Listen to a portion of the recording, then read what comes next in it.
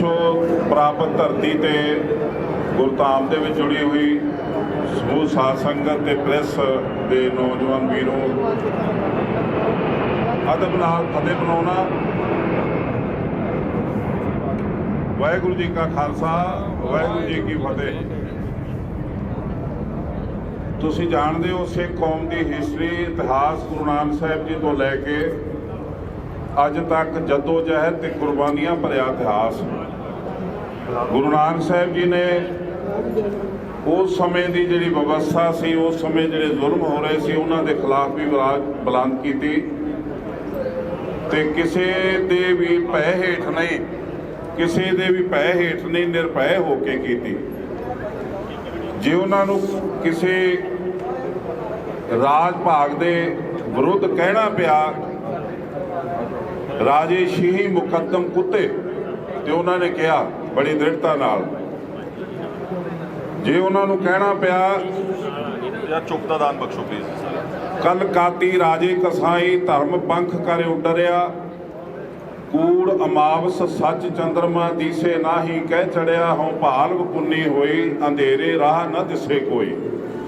ਅੱਜ ਸਾਡੀ ਸਿੱਖ ਕੌਮ ਲਈ ਵੀ ਹਨੇਰਾ ਰਸਤਾ ਬਣਿਆ ਹੋਇਆ ਤੇ ਅਫਸੋਸ ਦੀ ਗੱਲ ਹੈ ਕਿ ਜਿਹੜੇ ਸਾਡੇ ਆਗੂ ਸੀ ਉਹ ਨੀਲਾ ਬੁਰਕਾ ਪਾ ਕੇ ਸਾਡੀ ਕੌਮ ਦੇ ਦੁਸ਼ਮਣ ਸਾਬਤ ਹੋਏ ਤੇ ਸਾਬਤ ਹੁੰਦਿਆਂ 50 ਸਾਲਾਂ 'ਚ ਉਹਨਾਂ ਦੀ ਸ਼ੁਰੂਆਤੀ ਜ਼ਿੰਦਗੀ ਤੋਂ ਲੈ ਕੇ ਅੱਜ ਤੱਕ ਦੇਖੀਏ ਤੇ ਉਹ ਗੁਨਾਹਾਂ ਨਾਲ ਭਰੇ ਹੋਏ ਨੇ ਤੇ ਦੋਸ਼ੀ ਨੇ। ਤੇ ਸਿੱਖ ਕੌਮ ਨੂੰ ਅੱਜ ਸਮਾਂ ਆ ਗਿਆ ਜਦੋਂ ਉਹਨਾਂ ਨੂੰ ਦੋਸ਼ੀ ਕਰਾਰ ਦੇ ਕੇ ਤੇ ਆਪਣੇ ਦਿਲਾਂ 'ਚੋਂ ਕੱਢ ਦੇਣਾ ਚਾਹੀਦਾ। ਅੱਜ ਅਸੀਂ ਜਿਸ ਵਜ੍ਹਾ ਕਰਕੇ ਇਕੱਠੇ ਹੋਏ ਆ, ਖਹਿਰਾ ਸਾਹਿਬ ਨੇ ਤੁਹਾਨੂੰ ਚੰਗੀ ਤਰ੍ਹਾਂ ਸਮਝਾ ਦਿੱਤਾ, ਰਿਪੀਟ ਕਰ ਦਿੱਤਾ। ਅਸੀਂ ਜਿਹੜੀ ਮੀਟਿੰਗ ਕੀਤੀ ਸੀ ਉਹਦੇ ਵਿੱਚ ਜਿਹੜੇ ਸਾਡੇ ਸਾਹਮਣੇ ਸਮੱਸਿਆਵਾਂ ਸੀ ਉਹ ਇਹੀ ਸੀਗੀਆਂ ਕਿ ਇੱਕ ਤਾਂ ਕਰੋਨਾ, ਇੱਕ ਸਾਡਾ ਬੜਾ ਮਹੱਤਵਪੂਰਨ ਪੰਜਾਬ ਦੀ ਕਿਸਾਨੀ ਅੰਦੋਲਨ ਦਾ ਮੁੱਦਾ ਜਿਹੜਾ ਅੱਜ ਵੀ ਲੱਖਾਂ ਦੀ ਗਿਣਤੀ 'ਚ ਦਿੱਲੀ ਸੜਕਾਂ ਤੇ ਬੈਠੇ ਨੇ। तो ਅਸੀਂ ਕਿਤੇ ਵੀ ਕੋਈ ਗਲਤੀ ਨਾ ਕਰ ਬੈਠੀਏ ਕਿਉਂਕਿ ਇਸ਼ੂ ਬੜਾ ਵੱਡਾ ਹੈ। ਇੱਕ ਇਸ਼ੂ ਇਹ ਜਿਹੜਾ ਅੱਜ ਗੁਰੂ ਗ੍ਰੰਥ ਸਾਹਿਬ ਵਰਸਸ ਪ੍ਰਕਾਸ਼ ਸਿੰਘ ਬਾਦਲ ਪਰਿਵਾਰ, ਉਹਦੇ ਵਿੱਚ ਜੱਜ ਨੇ ਜਿਹੜੀ ਹਮਾਕਤ ਕੀਤੀ ਜਾਂ ਗਲਤੀ ਕੀਤੀ ਜਾਂ ਪੱਖਪਾਤ ਕੀਤਾ, ਉਹ ਬਾਦਲ ਨੂੰ ਕਲੀਨ ਚਿੱਟ ਦਿੱਤੀ ਤੇ ਬਾਦਲ ਦਲੀਏ ਨੱਚਦੇ ਪਏ ਨੇ, ਉਹ ਢੋਲ ਵਜਾ ਕੇ ਨੱਚਦੇ ਪਏ ਨੇ ਤੇ ਲੱਡੂ ਵੰਡਦੇ ਪਏ ਨੇ ਤੇ ਉਹ ਸਾਨੂੰ ਸਮਝ ਨਹੀਂ ਆ ਰਹੀ ਕਿ ਉਹ ਕਿਹਦੇ ਵਿਰੁੱਧ ਜਿੱਤੇ ਨੇ। ਤੇ ਜੇ ਗੁਰੂ ਗ੍ਰੰਥ ਸਾਹਿਬ ਦੇ ਵਿਰੁੱਧ ਜਿੱਤੇ ਨੇ ਤੇ ਗੁਰੂ ਗ੍ਰੰਥ ਸਾਹਿਬ ਦੇ ਹੱਕ 'ਚ ਕੌਣ ਖੜੂਗਾ, ਇਹ ਸਾਨੂੰ ਅੱਜ ਤੈਅ ਕਰਨਾ ਹੈ। ਅਸੀਂ ਜਾਣਦੇ ਆ ਜੋ ਕੁਝ ਅਸੀਂ ਕਹਿ ਰਹੇ ਆ ਇਹਦੇ ਵਿਰੁੱਧ ਸਾਨੂੰ ਅੰਦਰ ਕੀਤਾ ਜਾ ਸਕਦਾ, ਸਾਨੂੰ ਕੋਈ ਪਰਵਾਹ ਨਹੀਂ, ਭਾਵੇਂ ਫਾਂਸੀ ਤੇ ਲਟਕਾ ਦੇ ਕੋਈ, ਸਾਨੂੰ ਕੋਈ ਪਰਵਾਹ ਨਹੀਂ ਹਾਈ ਕੋਰਟ ਦੀ ਨਾ ਉਹਦੇ ਜੱਜਾਂ ਦੀ।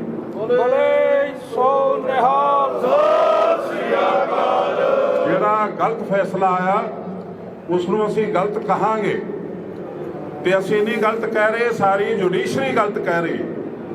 ਹਾਈ ਕੋਰਟ ਦੇ ਜਿੰਨੇ ਵੀ ਪੰਜਾਬ ਹਰਿਆਣਾ ਹਾਈ ਕੋਰਟ ਦੇ ਵਕੀਲ ਨੇ, ਜੱਜ ਨੇ, ਸਾਰੇ ਇੱਕ ਰਹਿ ਨਾ ਕਹਿ ਰਹੇ ਕਿ ਇੱਕ ਪੱਖਪਾਤੀ ਫੈਸਲਾ ਤੇ ਗਿਣੀ ਮਿਥੀ ਸਾਜ਼ਿਸ਼ ਦੇ ਅਧੀਨ ਤੇ ਆਪਣੇ ਆਕਾ ਨੂੰ ਖੁਸ਼ ਕਰਨ ਲਈ ਇਹਨਾਂ ਇੱਕ ਵਕੀਲ ਤੇ ਇੱਕ ਜੱਜ ਬਣ ਕੇ ਉਹਨਾਂ ਨੇ ਆਪਣੀ ਡਿਊਟੀ ਨਿਭਾਈ। ਵਰਨਾ ਇੱਕ ਸਿਪਾਹੀ ਹੋਵੇ, ਉਹਦੀ ਤਨਖਾਹ 35 ਤੋਂ 40 ਹਜ਼ਾਰ ਹੋਵੇ ਤੇ ਉਹ ਚੀਮਾ ਸਾਹਿਬ ਨੂੰ ਵਕੀਲ ਕਰੇ, ਉਹ ਅਗਰਵਾਲ ਸਾਹਿਬ ਨੂੰ ਵਕੀਲ ਕਰੇ, ਜਿਨ੍ਹਾਂ ਦੀ ਇੱਕ ਪੇਸ਼ੀ ਨਹੀਂ ਕੋਈ ਸਾਰੀ ਜ਼ਿੰਦਗੀ ਦੇ ਸਕਦਾ। ਤੋ ਇਹਨਾਂ ਦੇ ਪਿੱਛੇ ਕੌਣ ਆ? ਉਹੀ ਲੋਕ ਨੇ ਜਿਹੜੇ ਅੱਜ ਭੰਗੜਾ ਪਾ ਰਹੇ ਨੇ, ਲੱਡੂ ਵੰਡ ਰਹੇ ਨੇ ਤੇ ਗੁਰੂ ਗ੍ਰੰਥ ਸਾਹਿਬ ਦੀ ਪਵਿੱਤਰ ਅਜ਼ਮਤ ਦਾ ਮਜ਼ਾਕ ਉਡਾ ਰਹੇ ਨੇ। ਮੈਂ ਜੋ ਕੁਛ ਅੱਜ ਗੱਲਾਂ ਹੁੰਦੀਆਂ ਨੇ ਜੁਡੀਸ਼ਰੀ 'ਚ, ਮੈਂ ਤੁਹਾਨੂੰ ਬੜੀਆਂ ਕਲੀਅਰ ਕੱਟ ਦੱਸ ਰਿਹਾ। ਤੁਸੀਂ ਬਾਦਲ ਸਾਹਿਬ ਦੇ ਜਮਾਂਦਰੂ ਭਾਈਵਾਲ ਚੌਟਾਲਿਆਂ ਦੀ ਸਰਕਾਰ 2000 ਮਾਰਚ ਤੋਂ 2005 ਤੱਕ ਚੱਲੀ, ਪ੍ਰੈਸ ਸਾਰੀ ਜਾਣਦੀ। ਚੌਟਾਲਾ ਦੀ ਸਰਕਾਰ ਵਿੱਚ ਸ੍ਰੀ ਅਸ਼ੋਕ ਅਗਰਵਾਲ ਐਡਵੋਕੇਟ ਜਨਰਲ ਸਨ ਅਤੇ ਸੀਨੀਅਰ ਡਿਪਟੀ ਐਡਵੋਕੇਟ ਜਨਰਲ ਸ੍ਰੀ ਰਾਜਵੀਰ ਸਹਿਰਾਵਤ ਸਨ, ਜਿਹੜੇ ਕਿ ਅੱਜ ਹਾਈ ਕੋਰਟ ਦੇ ਜੱਜ ਬਣ ਕੇ ਤੇ ਫੈਸਲਾ ਸੁਣਾ ਰਹੇ ਨੇ। ਇਹਨਾਂ ਦੀਆਂ ਤੰਦਾਂ ਦੇਖੋ ਕਿੱਥੋਂ ਮਿਲਦੀਆਂ ਨੇ ਤੇ ਕਿਸ ਤਰ੍ਹਾਂ ਮਿਲਦੀਆਂ ਨੇ ਤੇ ਕਿੱਥੇ ਆ ਕੇ ਉਹਨਾਂ ਦਾ ਅਸਰ ਦਿਖਾਈ ਦਿੰਦਾ। ਚੌਟਾਲਾ ਸਰਕਾਰ ਤੋਂ ਬਾਅਦ ਅਸ਼ੋਕ ਅਗਰਵਾਲ ਪੰਜਾਬ ਦੇ ਵਿੱਚ ਪੰਜਾਬ ਸਰਕਾਰ ਬਾਦਲ ਦੀ ਪੰਜਾਬ ਸਰਕਾਰ ਦੇ ਐਡਵੋਕੇਟ ਜਨਰਲ ਬਣੇ ਤੇ ਅੱਜ ਇਹੀ ਸਾਰੀ ਜੁਡੀਸ਼ਰੀ ਇਹ ਕਹਿੰਦੇ ਆ ਕਿ ਉਸੇ ਸਮੇਂ ਚੌਟਾਲਾ ਦੀ ਕਿਰਪਾ ਨਾਲ ਰਾਜਵੀਰ ਸਹਿਰਾਵਤ ਜੀ ਜੱਜ ਬਣੇ ਹਾਈ ਕੋਰਟ ਦੇ ਤੇ ਇਹ ਐਡਵੋਕੇਟ ਅਸ਼ੋਕ ਅਗਰਵਾਲ ਉਹੀ ਨੇ ਜਿਨ੍ਹਾਂ ਦੀ ਕਿਰਪਾ ਸਦਕਾ ਪੰਜਾਬ ਦੇ ਪਾਣੀ ਹਰਿਆਣਾ ਨੂੰ ਗਏ ਬਾਦਲ ਦੇ ਰਾਜ। ਇਹ ਅੱਜ ਜਿਹੜਾ ਸ਼੍ਰੀ ਅਸ਼ੋਕ ਅਗਰਵਾਲ ਸ਼੍ਰੀ ਰਾਜਵੀਰ ਸਹਿਰਾਵਤ ਦੀ ਜੋੜੀ ਨੇ ਜੱਜ ਤੇ ਵਕੀਲ ਦੇ ਰੂਪ ਧਾਰ ਕੇ ਆਪਣੇ ਪੁਰਾਣੇ ਮਾਲਕਾਂ ਦੇ ਅਸਾਨਾਂ ਦਾ ਮੁੱਲ ਮੋੜਿਆ, ਉਹ ਸਾਡੀ ਸਿੱਖ ਕੌਮ ਦੇ ਸਾਹਮਣੇ ਆਇਆ ਤੇ ਸਾਡੀ ਸਿੱਖ ਕੌਮ ਦੇ ਹਿਰਦੇ ਵਲੂੰਦਰ ਗਿਆ। ਜਿਹੜਾ ਵੀ ਫੈਸਲਾ ਆਇਆ ਤੁਹਾਨੂੰ ਡਿਟੇਲ 'ਚ ਦੱਸਿਆ ਖਹਿਰਾ ਸਾਹਿਬ ਨੇ। ਇਹ ਇੱਕ ਤਾਂ ਇਹ ਦੇਖਣ ਵਾਲੀ ਚੀਜ਼ ਆ ਕਿ ਜਿਹੜਾ ਇਹ ਫੈਸਲਾ ਸੁਣਾਇਆ ਗਿਆ ਇਹ ਨਾ ਤੇ ਕਿਸੇ ਲੋਅਰ ਕੋਰਟ ਦਾ ਫੈਸਲਾ ਸੀ ਕੋਈ ਜਿਹਦੇ ਵਿਰੁੱਧ ਕੋਈ ਅਪੀਲ ਕੀਤੀ ਗਈ ਹੋਵੇ। ਇਹ ਕੋਈ ਲੋਅਰ ਕੋਰਟ ਦੇ ਫੈਸਲੇ ਦੇ ਵਿਰੁੱਧ ਅਪੀਲ ਨਹੀਂ ਸੀ ਤੇ ਨਾ ਹੀ ਇਹ ਰਿਵੀਜ਼ਨ ਪਟੀਸ਼ਨ ਸੀ। ਇਹ ਇੱਕ ਸਿਵਲ ਰਿਟ ਪਟੀਸ਼ਨ ਸੀ ਧਾਰਾ 226 ਦੇ ਅੰਤਰਗਤ।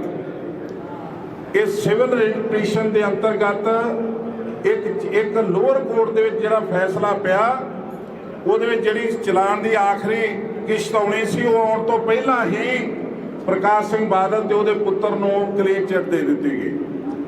ਇਹ ਜਿਹੜੀ ਸਿਵਲ ਰਿਟ ਪਟੀਸ਼ਨ ਦੇ ਅਧੀਨ ਇਹ ਕੀਤਾ ਜੱਜ ਸਾਹਿਬ ਨੇ ਇਹ ਨਿੰਦਣਯੋਗ ਫੈਸਲਾ ਪੱਖਪਾਤੀ ਫੈਸਲਾ ਤੇ ਮੈਨੂੰ ਨਹੀਂ ਲੱਗਦਾ ਪੰਜਾਬ ਹਰਿਆਣਾ ਹਾਈ ਕੋਰਟ ਦੇ ਇਤਿਹਾਸ ਵਿੱਚ ਇਹੋ ਜਿਹੀ ਗਲਤੀ ਕਿਸੇ ਜੱਜ ਨੇ ਕੀਤੀ ਹੋਵੇ। ਇਹ ਤੁਸੀਂ ਚੰਗੀ ਤਰ੍ਹਾਂ ਸਮਝ ਸਕਦੇ ਹੋ। ਇੱਕ ਜਿਹੜੀ ਹੋਰ ਗਲਤੀ ਕੀਤੀ ਜਿਹੜੀ ਕਲੀਨ ਚਿੱਟ ਦਿੱਤੀ ਜੱਜ ਸਾਹਿਬ ਨੇ, ਇਹ ਕਲੀਨ ਚਿੱਟ ਜਿਹੜੀ ਦਿੱਤੀ ਨਾ ਕਿ ਉਹ ਮੰਗਣ ਵਾਲੇ ਸੀ ਤੇ ਨਾ ਹੀ ਉਹਨਾਂ ਨੇ ਉਹ ਹਿੱਸੇਦਾਰ ਸੀ ਕਿਉਂਕਿ ਰਿਟ ਪਟੀਸ਼ਨ ਕਰਨ ਵਾਲਾ ਇੱਕ ਸਿਪਾਹੀ ਸੀ। ਉਹ ਸਿਪਾਹੀ ਸੀ ਜਿਹੜਾ ਉਹਦੇ ਨਾਲ ਕੋਈ ਜਸਟਿਸ ਕਰਦੇ ਜਾਂ ਕੋਈ ਗੱਲ ਹੁੰਦੀ ਤੇ ਸਾਨੂੰ ਸਮਝ ਆਉਂਦੀ। ਪਰ ਜਿਹੜੀ ਇਹਨਾਂ ਨੇ ਰਿਟ ਪਟੀਸ਼ਨ ਇਹ ਸਿਵਲ ਰਿਟ ਪਟੀਸ਼ਨ ਦੇ ਵਿੱਚ ਕਲੀਨ ਚਿੱਟ ਦਿੱਤੀ ਆ ਉਸ ਕਲੀਨ ਚਿੱਟ ਦੇ ਨਾਲ ਇਹ ਵੀ ਲਿਖ ਦਿੱਤਾ ਕਿ 6 ਮਹੀਨਿਆਂ ਦੇ ਅੰਦਰ ਇਹ ਇਨਕੁਆਇਰੀ ਨਵੇਂ ਸਿਰੋਂ ਕਰਾਈ ਜਾਵੇ ਤੇ ਉਸ ਤੇ ਸਾਡੀ ਸਰਕਾਰ ਫੈਸਲਾ ਲੈ ਰਹੀ ਹੈ ਕਿ ਰਿਟ ਪਟੀਸ਼ਨ ਦੇ ਅਨੁਸਾਰ ਫੈਸਲੇ ਅਨੁਸਾਰ ਸਿੱਟ ਨਵੀਂ ਬਣੂਗੀ। ਹੁਣ ਸਾਡੀ ਸਰਕਾਰ ਇਹ ਦੱਸੇ ਕਿ ਇਹਨਾਂ ਦੀ ਜਿਹੜੀ ਸਿੱਟ ਆ ਉਹ ਕਿੰਨੀ ਸ਼ਕਤੀਸ਼ਾਲੀ ਹੋਊਗੀ ਜਿਹੜੀ ਹਾਈ ਕੋਰਟ ਦੇ ਫੈਸਲੇ ਨੂੰ ਇਗਨੋਰ ਕਰਕੇ ਤੇ ਪਿਓ ਪੁੱਤਰ ਦੇ ਖਿਲਾਫ ਇਹ ਇਨਕੁਆਇਰੀ ਕਰੂਗੀ। ਇੱਕ ਹਾਈ ਕੋਰਟ ਦਾ ਫੈਸਲਾ ਜਿਹ 'ਚ ਕਲੀਨ ਚਿੱਟ ਮਿਲੀ ਹੋਵੇ ਬਾਦਲ ਪਰਿਵਾਰ ਨੂੰ ਤੇ ਉਸੇ ਫੈਸਲੇ ਦੇ ਅਨੁਸਾਰ ਇੱਕ ਸਿੱਟ ਬਣੇ ਤੇ ਉਹ ਸਿੱਟ ਜਿਹੜੀ ਆ ਸਾਨੂੰ ਸਮਝ ਨਹੀਂ ਆਉਂਦੀ ਕਿਵੇਂ ਹਾਈ ਕੋਰਟ ਦੇ ਫੈਸਲੇ ਦੇ ਵਿਰੁੱਧ ਜਾ ਕੇ ਤੇ ਇਹਨਾਂ ਪਿਓ ਪੁੱਤਾਂ ਦੇ ਖਿਲਾਫ ਕੋਈ ਐਕਸ਼ਨ ਲੈ ਸਕਦੀ। ਇਹ ਸਾਨੂੰ ਬੇਵਕੂਫ ਬਣਾਇਆ ਜਾ ਰਿਹਾ। ਅਸੀਂ ਇੱਕ ਤਾਂ ਸਰਕਾਰ ਨੂੰ ਇਹ ਜਾਣਕਾਰੀ ਦੇ ਰਹੇ ਹਾਂ ਕਿ ਤੁਸੀਂ ਆਪਣੇ ਫਰਜ਼ ਨਿਭਾਓ। ਤੁਸੀਂ ਬਹੁਤ ਪ੍ਰੋਮਿਸ ਕੀਤੇ ਨੇ ਸਿੱਖਾਂ ਨਾਲ ਤੇ ਵਰਨਾ ਸਿੱਖਾਂ ਦੇ ਕੋਲ ਤੇ ਇੱਕੋ ਇੱਕ ਰਸਤਾ ਕਿ ਉਹ ਆਪ ਆਪਣੇ ਦੋਸ਼ੀ ਨੂੰ ਟਾਰਗੇਟ ਬਣਾ ਕੇ ਲੈਣ, ਆਪਣੇ ਦੋਸ਼ੀ ਨੂੰ ਟਾਰਗੇਟ ਬਣਾ ਕੇ ਸਿੱਖ ਫੀਲਡ ਦੇ ਵਿੱਚੋਂ ਬਾਹਰ ਕਰਨ ਲਈ ਉਹ ਰਸਤਾ ਅਪਣਾਉਣ ਜਿਹੜਾ ਸਾਨੂੰ ਅਪਣਾਉਣਾ ਚਾਹੀਦਾ।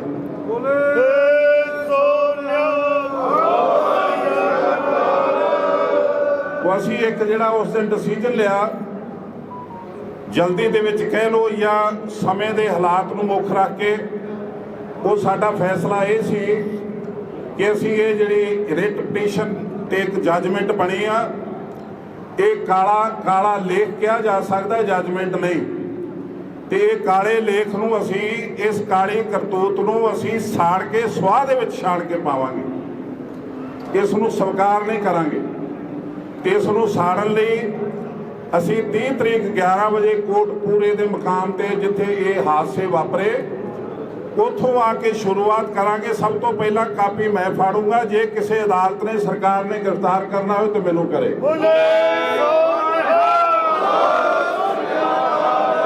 ਅਤੇ ਨਾਲ ਹੀ ਮੈਂ ਆਲ ਓਵਰ ਵਰਲਡ ਦੇ ਵਿੱਚ ਵਸਦੇ ਸਿੱਖ ਵੀਰਾਂ ਨੂੰ ਆ ਜੱਜਮੈਂਟ ਦੀ ਕਾਪੀ ਆ। ਇਹ 30 ਤਰੀਕ ਨੂੰ 11 ਵਜੇ ਮੈਂ ਸਾੜੂੰਗਾ ਜੀ ਸਾਰੀ ਸੰਗਤ ਦੇ ਸਾਹਮਣੇ ਕੋਟਕਪੂਰੇ ਦੇ ਚੌਕ 'ਚ, ਬੱਤੀਆਂ ਵਾਲਾ ਚੌਕ।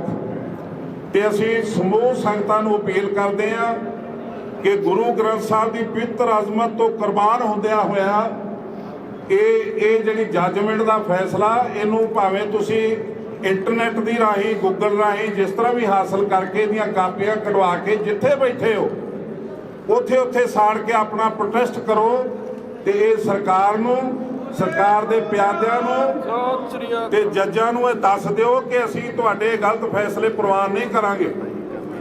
ਇਹ ਸਾਡਾ ਜਿਹੜਾ ਫੈਸਲਾ ਹੋਇਆ ਸੀ ਉਹ ਮੈਂ ਤੁਹਾਨੂੰ ਸਾਰਿਆਂ ਨੂੰ ਸੁਣਾ ਦਿੱਤਾ।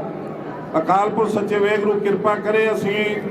ਅਸੀਂ ਬੜੀ ਦਿਆਨਤਦਾਰੀ ਦੇ ਨਾਲ ਇਹ ਗੁਰੂ ਗ੍ਰੰਥ ਸਾਹਿਬ ਦੇ ਨਾਲ ਜੁੜਿਆ ਹੋਣ ਕਰਕੇ ਗੁਰੂ ਗ੍ਰੰਥ ਸਾਹਿਬ ਦੇ ਉਹ ਸਰੂਪ, ਪਾਵਨ ਸਰੂਪ ਜਿਹੜੇ ਹੱਥ ਲਿਖਤ ਨੇ, ਗੁਰੂ ਗ੍ਰੰਥ ਸਾਹਿਬ ਜੀ ਦੇ ਪਾਵਨ ਸਰੂਪਾਂ ਦੀ ਗਿਣਤੀ 502, 2 ਦਸਮ ਗ੍ਰੰਥ ਦੇ ਸਰੂਪ, 2 ਜਨਮ ਸਾਖੀਆਂ, 28 ਹੁਕਮਨਾਮੇ ਹੱਥ ਲਿਖਤ ਅਸਲ ਜਿਹੜੀ ਸਰਕਾਰ ਲੈ ਗਈ ਸੀ ਬਲੂ ਸਟਾਰ ਦੇ ਸਮੇਂ, ਉਹ 90 ਤੱਕ ਵਾਪਸ ਕਰ ਗਈ। ਜਿਹੜੀ ਅੱਜ ਬਾਦਲ ਦੀ ਕਿਰਪਾ ਨਾਲ ਕਿਸੇ ਏਜੰਸੀ ਕੋਲ ਗਏ ਨੇ ਉਹ ਸਾਨੂੰ ਮਿਲ ਨਹੀਂ ਰਹੇ।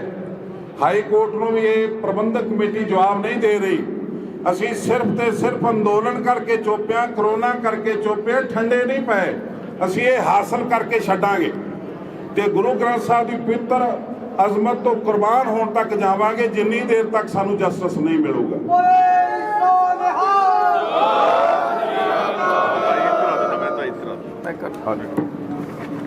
तो पुल चोकरी खेमा जी समूह संगत का बहुत बहुत धन्यवाद। किसी ने सवाल करना हो तो कर सकता।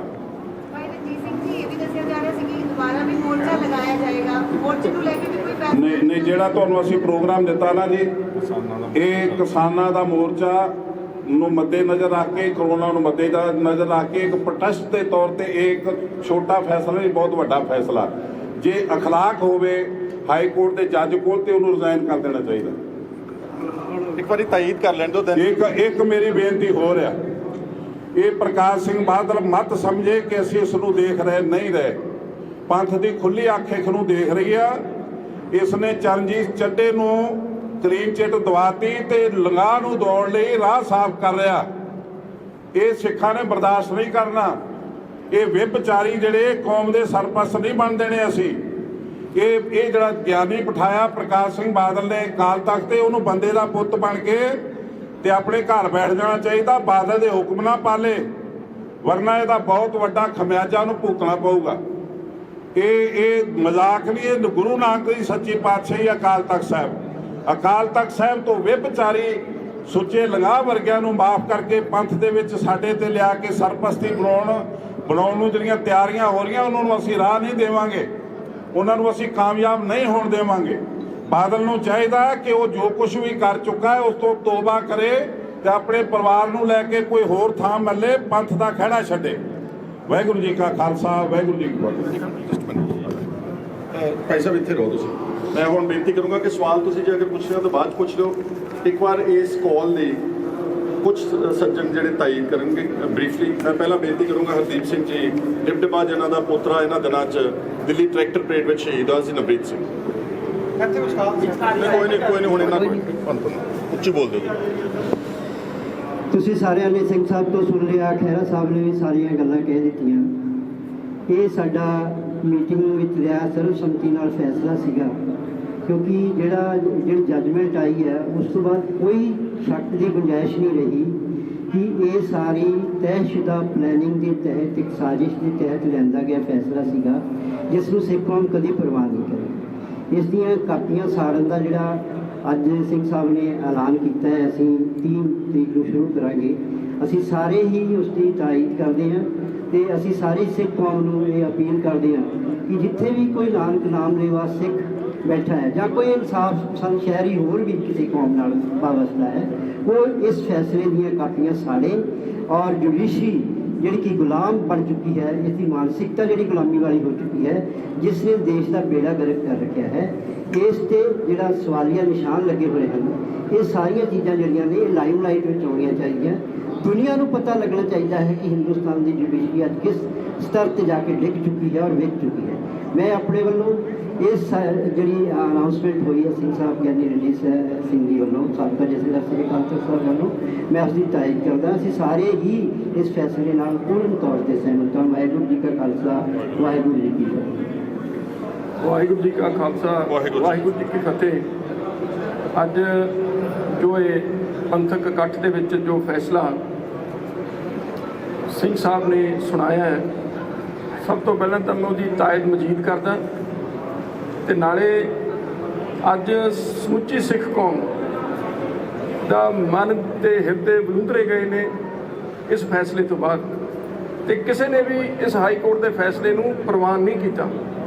सो असी जिहड़ा जो इस फैसला है इहदी नाल पूरे डट के खड़े हैं, ते खुद असी सिंह साहब दे नाल जो फैसला इन्हां ने लिया है ये कापियां साड़ांगे भी, पाड़ांगे भी, ते जिस तरह का भी वध तो वध जो विरोध हो सकिया इन्हां फैसलियां दा विरोध मैं समझदा साडी सारियां दी करन दी ड्यूटी बनती है, ताकि जो बड़े लंबे समय तो पिछले 7 सालों तो लोग संगत जो न्याय की उम्मीद लाई बैठी सी, अज उन्हां दा ये भरोसा मैं समझदा जुडिशरी तो भी ते सरकार तंत्र तो भी जिहड़ा उठिया है। सो इसलिए मैं बेनती करदा सारिਆਂ ਨੂੰ कि ਆਪਾਂ सारे जो फैसला साड़ियाँ जो पंथक जथेबंदियां वालों इकट्ठे होकर लिया गया ਉਹਦਾ पूरा समर्थन करिए। सो मैं ਇਹਦੀ ਜਿਹੜੀ फैसले की तायद मजीद करदा ਹਾਂ। वाहिगुरू जी का खालसा, वाहिगुरू जी की फतेह। मैं हुण बेनती करूँगा भाई हरजिंदर सिंह जी माझी, जिन्हां ने कोटकपूरे के चौंक दे विच एक लानत पत्र पढ़िया सीगा, बहुत डिटेल, और ये उस दे नाल ही साडी मीटिंग दे विच भी हाज़र सन। मैं इन्हां नूं बेनती करूँगा कि अपने ये विचार संखेप तौर के उत्ते और इस प्रोग्राम की जिहड़ी सिंह साहब ने अनाउंस किया इसकी तायद करन। सुराज नूं लिआउणा इसके बाद वाहिगुरू जी का खालसा, वाहिगुरू जी की फतेह।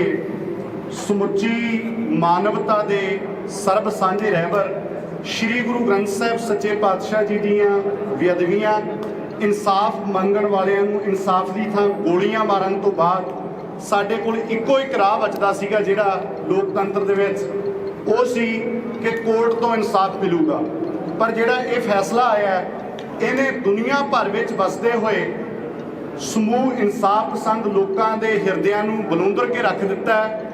और इत्थों जिहड़ी एक कहावत लोगों में प्रचलित है वो एक बार फिर साबित हो गई कि जिहड़ा कानून है वो मच्छरां नूं तां जाला जिवें मच्छरां नूं तां अपने विच फसाउंदा है, हाथी जिहड़े ने वो जाले की कोई परवाह नहीं करते।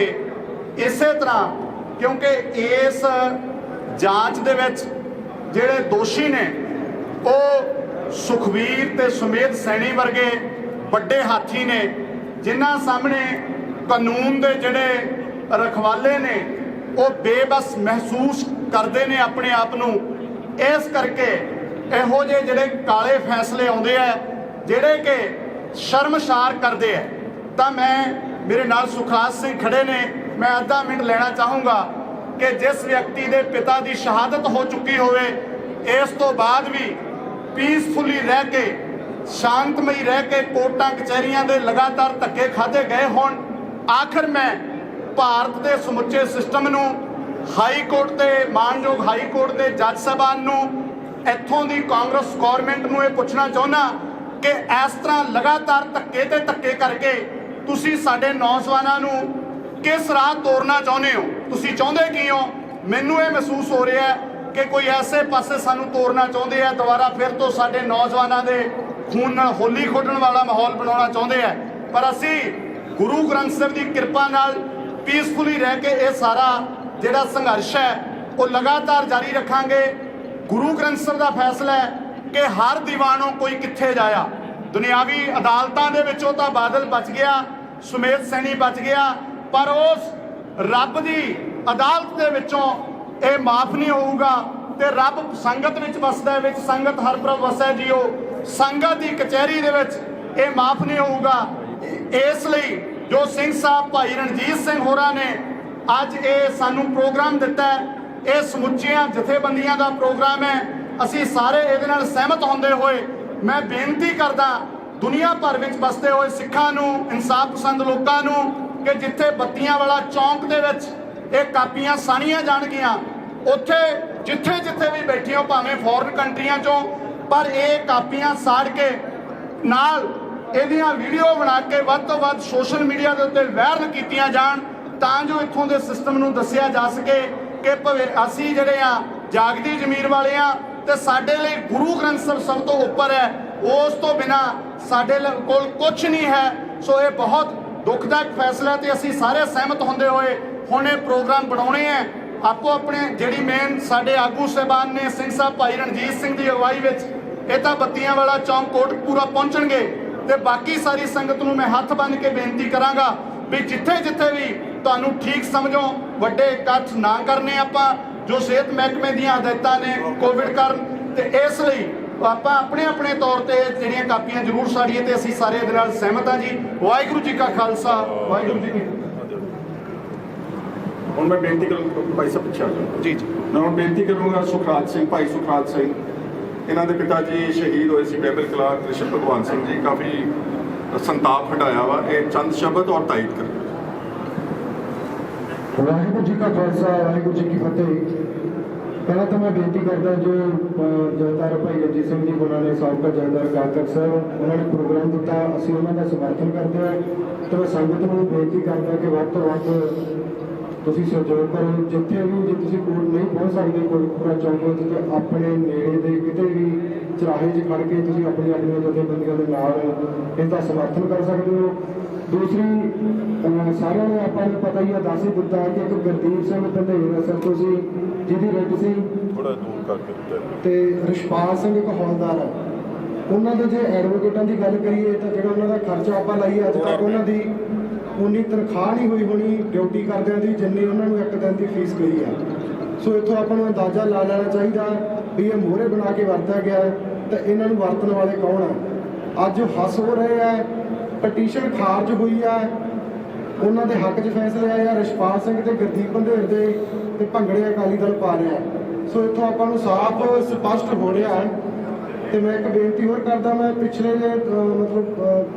ਹਾਈ ਕੋਰਟ ਦੇ ਜਿੱਥੇ ਅਸੀਂ ਪ੍ਰੋਟੈਸਟ ਕੀਤਾ ਸੀਗਾ ਹਾਈ ਕੋਰਟ ਦੇ ਬਾਹਰ, ਉੱਥੇ ਮੈਂ ਆਪਣੇ ਜਥੇਦਾਰ ਹਰਪ੍ਰੀਤ ਸਿੰਘ ਜੀ ਅਕਾਲ ਤਖਤ ਸਾਹਿਬ ਦੇ ਉਹਨਾਂ ਨੂੰ ਅਨੰਦਪੁਰ ਸਾਹਿਬ ਵਿਖੇ ਮਿਲਿਆ ਸੀ ਤੇ ਉਹਨਾਂ ਨੂੰ ਮੈਂ ਬੇਨਤੀ ਵੀ ਕੀਤੀ ਸੀ ਵੀ ਤੁਸੀਂ ਇਸ ਮਸਲੇ ਤੇ ਕੋਈ ਬਿਆਨ ਕੋਈ ਬੋਲੋ।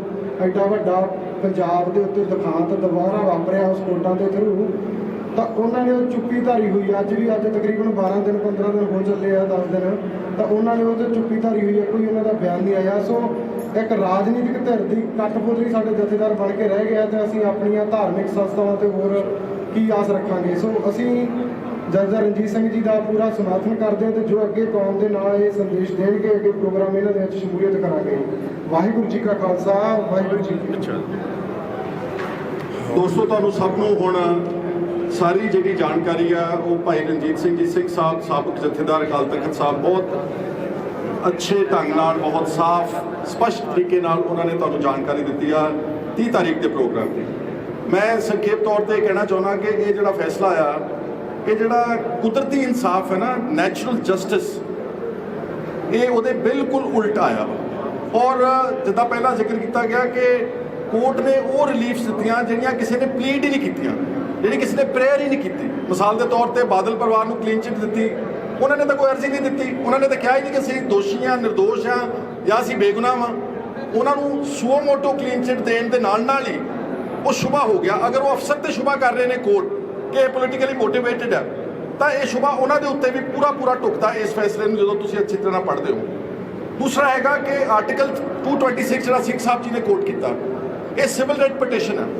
ਇਹਦੇ 'ਚ ਕਿਸੇ ਹਾਈ ਕੋਰਟ ਨੇ ਕਦੀ ਵੀ ਫੈਕਟ ਫਾਈਂਡਿੰਗ ਮਿਸ਼ਨ ਤੇ ਨਹੀਂ ਜਾਣਾ ਕਿ ਕਿਹੜੇ ਦਿਨ ਕੀ ਹੋਇਆ, ਗੋਲੀ ਕਿਸ ਨੇ ਚਲਾਈ, ਕੌਣ ਗਵਾਹ ਸੀਗਾ, ਕਿਹੜੇ ਬਿਆਨ ਦਿੱਤੇ, ਕਿਹੜੀ ਆਡੀਓ ਸੀ, ਕਿਹੜੀ ਵੀਡੀਓ ਸੀ, ਇਹ ਸਾਰਾ ਕੁਝ ਟ੍ਰਾਇਲ ਕੋਰਟ ਨੇ ਦੇਖਣਾ ਸੀ। ਫਰੀਦਕੋਟ ਦੇ ਜਿੱਥੇ 9 ਚਲਾਨ ਪੇਸ਼ ਹੋ ਚੁੱਕੇ ਸੀਗੇ, ਇਹ ਉਹਨਾਂ ਦਾ ਫਰਜ਼ ਸੀਗਾ।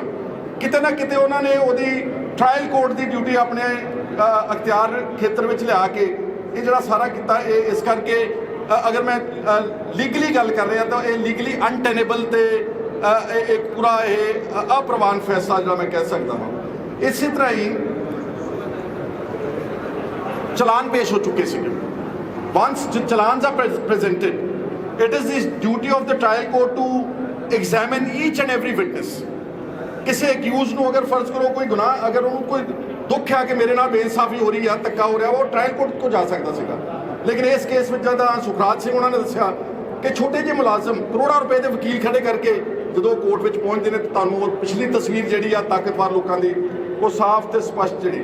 ਇੱਕ ਹੋਰ ਬਹੁਤ ਇੰਪੋਰਟੈਂਟ ਗੱਲ ਆ ਕਿ ਹਾਈ ਕੋਰਟ ਨੂੰ ਕਿਤੇ ਜਾਂ ਕਿਸੇ ਵੀ ਕੋਰਟ ਨੂੰ ਇਹ ਅਧਿਕਾਰ ਨਹੀਂਗਾ ਕਿ ਉਹ ਫਰੈਸ਼ ਇਨਵੈਸਟੀਗੇਸ਼ਨ ਆਰਡਰ ਕਰ ਸਕਦਾ। ਦੇ ਕੈਨ ਆਰਡਰ ਰੀ investigation, they can order further investigation. ਤੁਸੀਂ ਐਂ ਕਰੋ, ਅਸੀਂ ਅਮੂਮਨ ਹਾਈ ਕੋਰਟਾਂ ਵਿੱਚ ਜਾਂਦਾ, ਮੇਰੇ ਖਿਲਾਫ ਐਨਫੋਰਸਮੈਂਟ ਡਾਇਰੈਕਟੋਰੇਟ ਨੇ ਰੇਡ ਕੀਤਾ ਵਾ, ਮੈਂ ਹਾਈ ਕੋਰਟ ਗਿਆ ਹੋਇਆ ਵਾਂ, ਪਰ ਕੋਈ ਕੋਰਟ, ਕੋਈ ਹਾਈ ਕੋਰਟ, ਕੋਈ ਸੁਪਰੀਮ ਕੋਰਟ ਇਨਵੈਸਟੀਗੇਸ਼ਨ ਨਹੀਂ ਕਦੀ ਰੋਕਦੀ। ਉਹ ਕਹਿੰਦੇ ਜੀ ਐਂ ਕਰੋ, ਤੁਸੀਂ ਇਨਵੈਸਟੀਗੇਸ਼ਨ ਕੰਟੀਨਿਊ ਕਰੋਗੀ ਤੇ ਜਿਹੜਾ ਹੈਗਾ ਟ੍ਰਾਇਲ ਕੋਰਟ ਤੇ ਜਿਹੜਾ ਪੁਲਿਸ ਦੀ ਫਾਈਨਲ ਇਨਵੈਸਟੀਗੇਸ਼ਨ ਹੈ ਉਹ ਕੰਪਲੀਟ ਹੋ ਲੈਣ ਦਿਓ। ਲੇਕਿਨ ਇਸ ਕੇਸ ਵਿੱਚ ਨਾ ਸਿਰਫ ਇਨਵੈਸਟੀਗੇਸ਼ਨ ਕੰਪਲੀਟ ਹੋਈ ਸੀ, ਲੇਕਿਨ 9 ਚਲਾਨ ਪੇਸ਼ ਕੀਤੇ ਗਏ ਸੀ।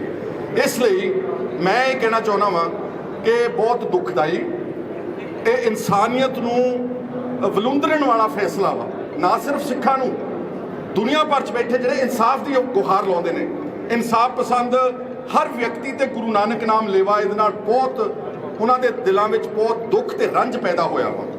ਇਸ ਕਰਕੇ ਸਾਨੂੰ ਨਹੀਂ ਪਤਾ ਕਿ ਇਹਦਾ ਕਾਨੂੰਨ ਕੀ ਕਰੇਗਾ, ਕੈਪਟਨ ਅਮਰਿੰਦਰ ਸਿੰਘ ਦੀ ਸਰਕਾਰ ਕਿਹੜੀ ਸਿੱਟ ਬਣਾਵੇਗਾ, we have nothing to do with that. ਲੇਕਿਨ ਅਗਰ ਅੱਜ ਲੋਕ ਗੁਰੂ ਗ੍ਰੰਥ ਸਾਹਿਬ ਦੀ ਬੇਅਦਬੀਆਂ ਔਰ ਗੁਰੂ ਗ੍ਰੰਥ ਸਾਹਿਬ ਦੀ ਬੇਅਦਬੀਆਂ 'ਚ ਰੋਸ ਕਰਨ ਵਾਲੇ ਸ਼ਾਂਤਮਈ ਲੋਕਾਂ ਦੇ ਉੱਤੇ ਗੋਲੀਆਂ ਮਾਰ ਕੇ ਉਹਨਾਂ ਨੂੰ ਕਤਲ ਕੀਤਾ ਗਿਆ ਪੁਲਿਸ ਅਫਸਰਾਂ ਵੱਲੋਂ, ਅਗਰ ਅੱਜ ਅਸੀਂ ਚੁੱਪ ਰਵਾਂਗੇ ਤੇ ਆਉਣ ਵਾਲੀਆਂ ਨਸਲਾਂ ਸਾਨੂੰ ਕਦੀ ਕਿਸੇ ਨੂੰ ਮਾਫ ਨਹੀਂ ਕਰਨਗੀਆਂ। ਇਸ ਲਈ ਸਾਡਾ ਇਹ ਫਰਜ਼ ਬਣਦਾ ਸੀਗਾ ਕਿ ਅਸੀਂ ਇਸ ਦੇ ਖਿਲਾਫ ਕੋਈ ਪ੍ਰੋਟੈਸਟ, ਕਰੋਨਾ ਹੋਣ ਕਰਕੇ ਜਿਸ ਤਰ੍ਹਾਂ ਸਿੰਘ ਸਾਹਿਬ ਨੇ ਦੱਸਿਆ, ਔਰ ਕਿਸਾਨਾਂ ਦਾ ਅੰਦੋਲਨ ਚੱਲਣ ਦੇ ਕਰਕੇ ਅਸੀਂ ਕੋਈ ਮਾਸ ਐਜੀਟੇਸ਼ਨ ਨਹੀਂ ਕਹਿ ਰਹੇ, ਕਿਉਂਕਿ ਐ ਨਾ ਲੱਗੇ ਕਿ ਅਸੀਂ ਕੋਈ ਉਹਨਾਂ ਦੀ ਐਜੀਟੇਸ਼ਨ ਨੂੰ ਕਿਸੇ ਤਰ੍ਹਾਂ ਨਾਲ ਕਮਜ਼ੋਰ ਕਰ ਰਹੇ ਹਾਂ। ਇਸ ਕਰਕੇ ਇੱਕ ਪਹਿਲਾ ਕਦਮ, ਇਹ ਫਰਸਟ ਪਾਰਟ ਹੈ ਆਫ ਦੀ ਐਜੀਟੇਸ਼ਨ, ਇਹ ਸਿੰਬੋਲਿਕ ਪ੍ਰੋਟੈਸਟ ਹੈ just to show that we are deeply anguished, we are absolutely what should we say, very deeply upset by this erroneous judgment। ਔਰ ਅਸੀਂ ਚਾਹੁੰਦੇ ਹਾਂ ਕਿ ਦੋਸ਼ੀ, ਅਗਰ ਮੈਂ ਪੁੱਛਣਾ ਚਾਹੁੰਦਾ ਕਿ ਅਗਰ ਇਹ ਦੋਸ਼ੀ ਨਹੀਂ ਗਏ, ਅੱਜ ਇਹਨਾਂ ਦੇ ਵੀ ਨਾਮ ਲੈ ਰਹੇ ਨੇ ਕੋਈ ਪੁਲਿਸ ਵਾਲੇ, SSP, DGP ਫਲਾਨਾ, ਪੋਲੀਟੀਕਲ ਸੁਖਬੀਰ ਬਾਦਲ ਫਲਾਨਾ, ਤੇ ਫਿਰ ਦੋਸ਼ੀ ਕੌਣ ਹੈ? 6 ਸਾਲਾਂ ਬਾਅਦ ਕੋਰਟ ਨੇ ਜਿਹੜਾ ਅਨਿਆਏ ਕੀਤਾ ਜਾਂਦਾ ਉਹ ਸਾਨੂੰ ਦੱਸਦਾ ਕਿ ਆਹ ਦੋਸ਼ੀ ਨਹੀਂ ਗਏ। ਅਸਲ ਦੋਸ਼ੀ ਹੈ। ਜੇ ਤੁਸੀਂ ਟ੍ਰਾਇਲ ਕੋਰਟ ਦਾ ਰੋਲ ਅਧਿਕਾਰ ਅਖਤਿਆਰ ਕਰਨਾ ਸੀ, ਫਿਰ ਸਾਨੂੰ ਦੱਸੋ ਕਿ ਦੋਸ਼ੀ ਕੌਣ ਸੀਗੇ।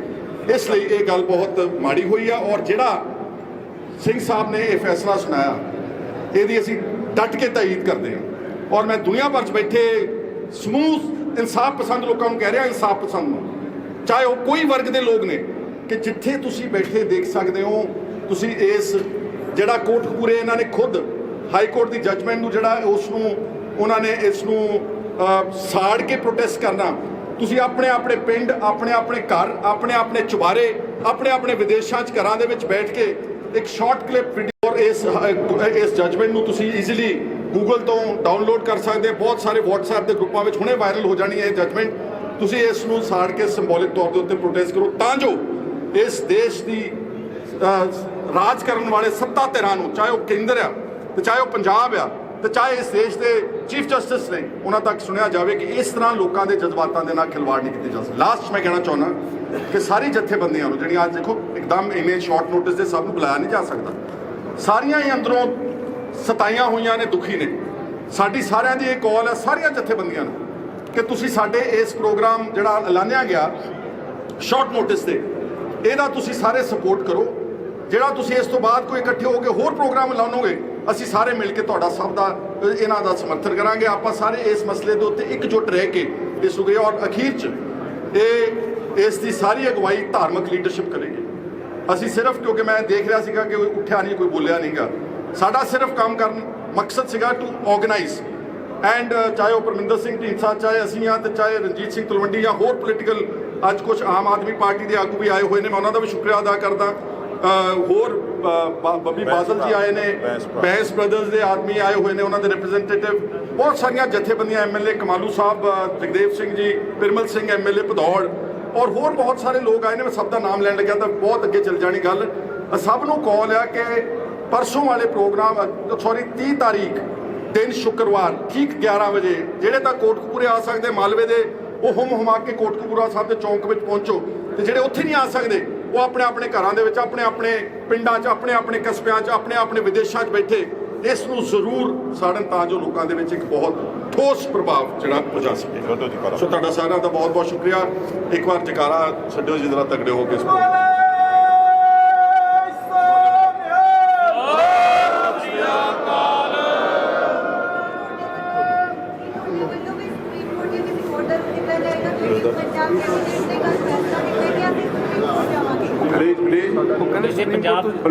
ਇਹ ਦੇਖੋ ਜੀ, ਕੋਰਟ ਦੇ ਵਿੱਚੋਂ ਸਾਨੂੰ ਕੁਛ ਨਾ ਮਿਲਿਆ ਤੇ ਨਾ ਮਿਲਣਾ।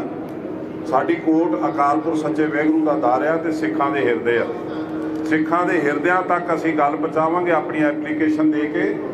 ਤੇ ਇਹ ਜਿਹੜਾ ਸਿੱਖ ਫੈਸਲਾ ਕਰਨਗੇ ਉਹਦੇ ਨਾਲ ਧੂੜ ਉੱਡੂਗੀ, ਜਿਹੜੀ ਧੂੜ ਦੇ ਵਿੱਚ ਲੱਭਣਗੇ ਨਹੀਂ ਸਾਡੇ ਦੁਸ਼ਮਣ। ਸਰਕਾਰ ਦੀਆਂ ਕੀ ਖਾਮੀਆਂ ਲੱਗੀਆਂ ਤੁਹਾਨੂੰ ਇਸ ਦੇ ਵਿੱਚ, ਪੂਰੇ ਮਾਮਲੇ ਦੇ ਵਿੱਚ? ਹਾਂਜੀ, ਪੰਜਾਬ ਸਰਕਾਰ ਦੀਆਂ ਕੀ ਖਾਮੀਆਂ ਲੱਗੀਆਂ? ਦੇਖੋ, ਪੰਜਾਬ ਸਰਕਾਰ ਨੇ ਤੇ ਅਜੇ ਕਰਨਾ ਹੈ, ਆਪਣਾ ਐਕਸ਼ਨ ਕਰਨਾ ਹੈ। ਪੰਜਾਬ ਸਰਕਾਰ ਤੇ ਹੁਣ ਐਕਸ਼ਨ ਕਰੂਗੀ ਇਸ ਰੈਟ ਪਟੀਸ਼ਨ ਤੇ ਕੀ ਕਰਦੀ ਉਹਦੋਂ ਬਾਅਦ ਦੱਸਾਂਗੇ।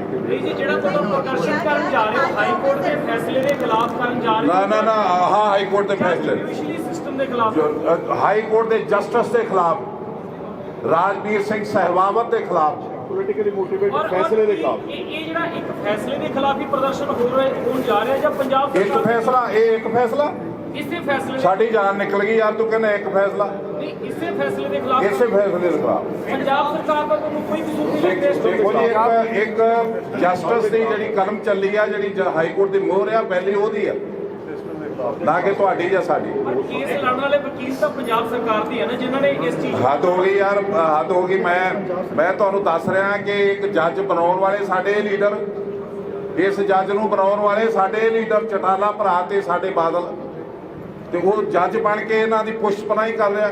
ਇਹ ਜੱਜ ਆ? ਕੋਈ ਵੀ ਇਮਾਨਦਾਰ ਜੱਜ ਜਿਹੜਾ ਉਹਦੇ ਕੋਲੇ ਇਹ ਪਟੀਸ਼ਨ ਆਉਂਦੀ ਤੇ ਉਸ ਵੇਲੇ ਉਹ ਪਾਸੇ ਕਰ ਦਿੰਦਾ, ਦੂਸਰੇ ਬੈਂਚ ਨੂੰ ਭੇਜ ਦਿੰਦਾ, ਕਿਉਂਕਿ ਮੈਂ ਇਹਨਾਂ ਨਾਲ ਸੰਬੰਧਿਤ ਰਿਹਾ।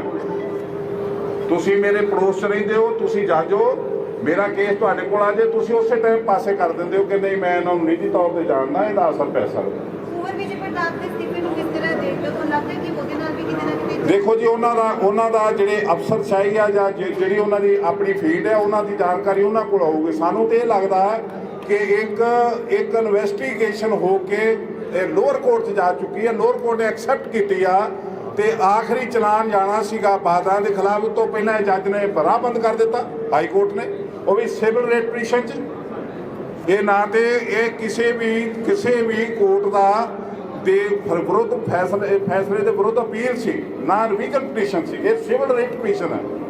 ਸਿਵਲ ਰੇਟ ਪਟੀਸ਼ਨ ਦਾ ਮੈਂ ਤੁਹਾਨੂੰ ਕਹਿ ਚੁੱਕਾ ਕਿ ਇਸ ਹਾਈ ਕੋਰਟ ਦੇ ਵਿੱਚ ਉਹਦੇ ਹਿਸਟਰੀ ਦੇ ਵਿੱਚ ਇਹੋ ਜਿਹਾ ਫੈਸਲਾ ਨਾ ਕਦੇ ਹੋਇਆ ਹੋਊਗਾ ਤੇ ਨਾ ਹੋਏਗਾ। ਸਿੰਘ ਸਾਹਿਬ ਜੀ, ਤੁਸੀਂ ਕਹਿ ਰਹੇ ਹੋ ਸਰਕਾਰ ਕਾਰਵਾਈ ਸ਼ੁਰੂ ਕਰੇਗੀ, ਤੁਹਾਨੂੰ ਲੱਗਦਾ ਕਿ ਉਦੋਂ ਕਰਨੀ ਚਾਹੀਦੀ ਸੀ ਜਦੋਂ 5 ਮੈਂਬਰਸ ਦੇ ਵਿੱਚ ਸਿਰਫ ਇੱਕ ਨੇ ਸਾਈਨ ਕੀਤੇ, 4 ਨੇ ਸਾਈਨ? ਇਹ ਬਿਲਕੁਲ ਢਿੱਲ ਤੇ ਹੈਗੀ ਆ, ਢਿੱਲ ਹੈਗੀ ਤੇ ਇੱਥੋਂ ਤੱਕ ਗੱਲ ਪਹੁੰਚੀ। ਅਸੀਂ ਤੇ ਸੋਚ ਰਹੇ ਸੀ ਹੁਣ ਤਾਂ ਅੰਦਰ ਟੰਗੇ ਹੋਣਗੇ, ਅਸੀਂ ਇੱਥੋਂ ਤੱਕ ਸੋਚੀ ਬੈਠੇ ਸੀ।